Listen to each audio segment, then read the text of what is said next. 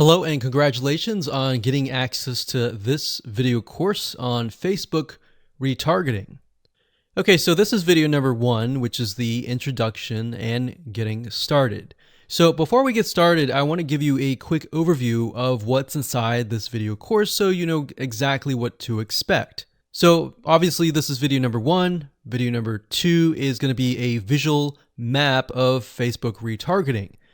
And what that includes is I'm going to show you how Facebook retargeting works.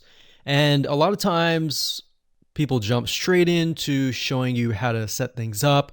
But unless you really understand how everything fits together, what connects to what, and all of that, it's really going to become confusing. Because if you set things up like an email opt-in retargeting campaign or a blog post campaign, or a purchase retargeting campaign, every one of those is different. So once I show you the basics via a visual map, that's when we show you some real life examples in video number 3. Of course, in video number 4, I'm going to talk about the Facebook pixel, what it is, why it's important, and how it's used. And of course, from that point, we'll move to video number 5 and talk about how to add the pixel to your website, whether you're using WordPress, ClickFunnels, Lead Pages, or any other landing page builder. Video number 6 will talk about pixel variables and settings, otherwise known as standard events, such as how do you tell Facebook that somebody has landed on your page, somebody has converted into a lead, somebody has added the product to their shopping cart.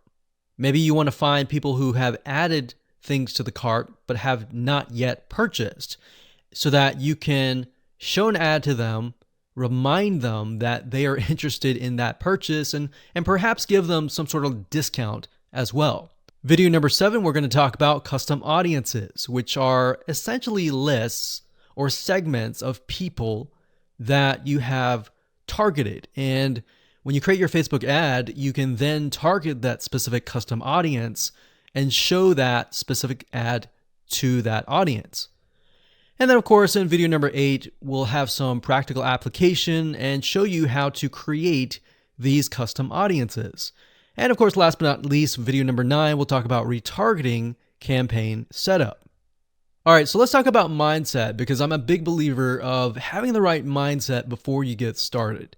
I want you to realize that you're not going to make a sale. You're not going to get leads right away just by setting up a Facebook retargeting campaign. Converting visitors really does take time.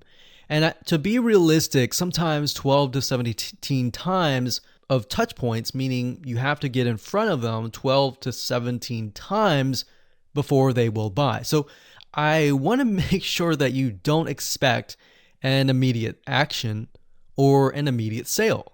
Now, to get started, you're going to need these things. You're going to need to have a Facebook ad account.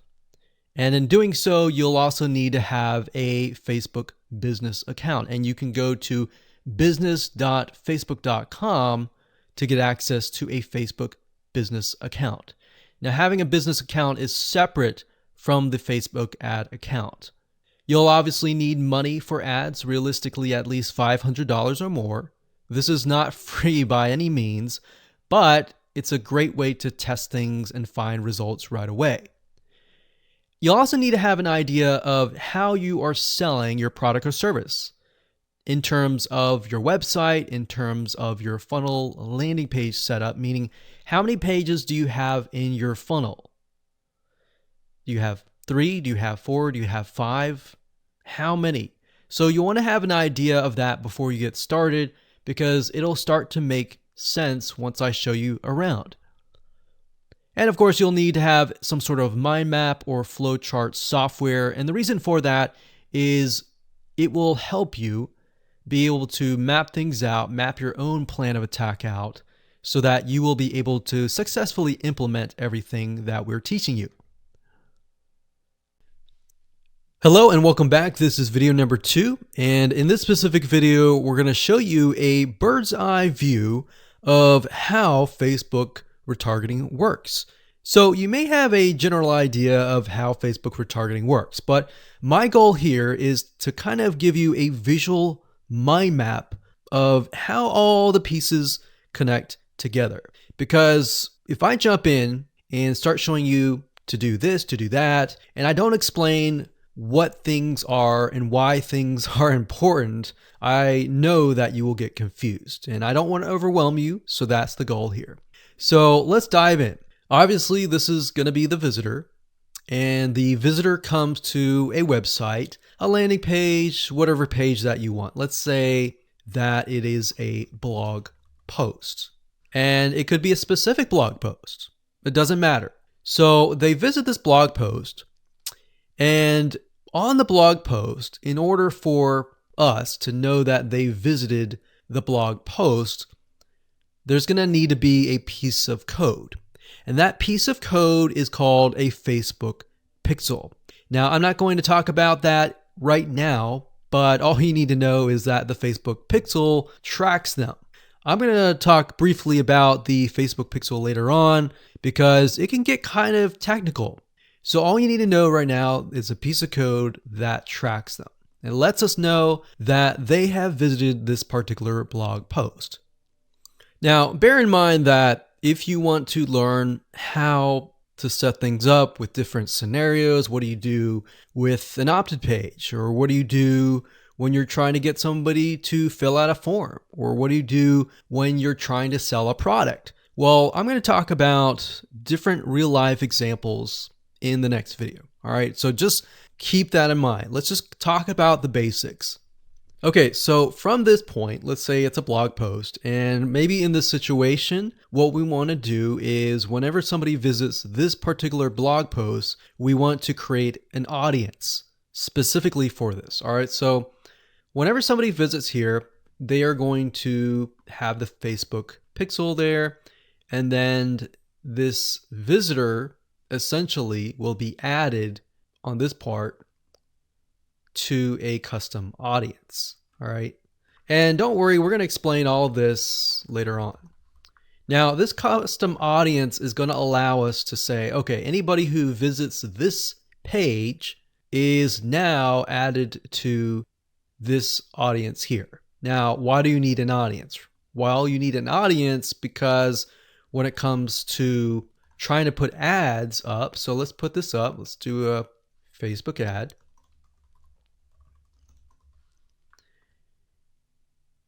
We have to find a way to show this ad to this audience. So obviously from the custom audience here in the Facebook ad here, directionally, we are going to show the Facebook ad to anyone who visited this blog post.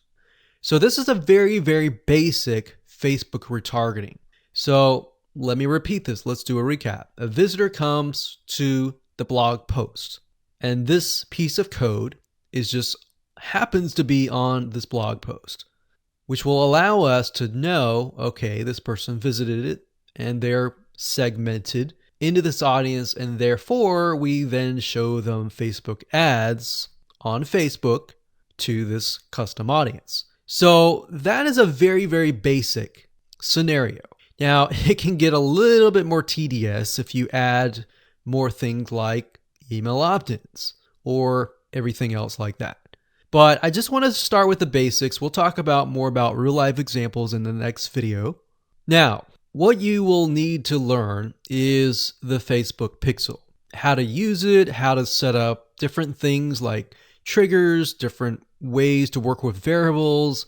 And the Facebook pixel is just more than a piece of code. It can track when somebody visits a page. It can track when somebody buys a product. It can track when somebody opts in. So in other words, if you want to know if a conversion happened, then you will need the Facebook pixel again. So the Facebook pixel is essentially a piece of code that is on your whole website, and based upon where they land, where they convert, it is all recorded.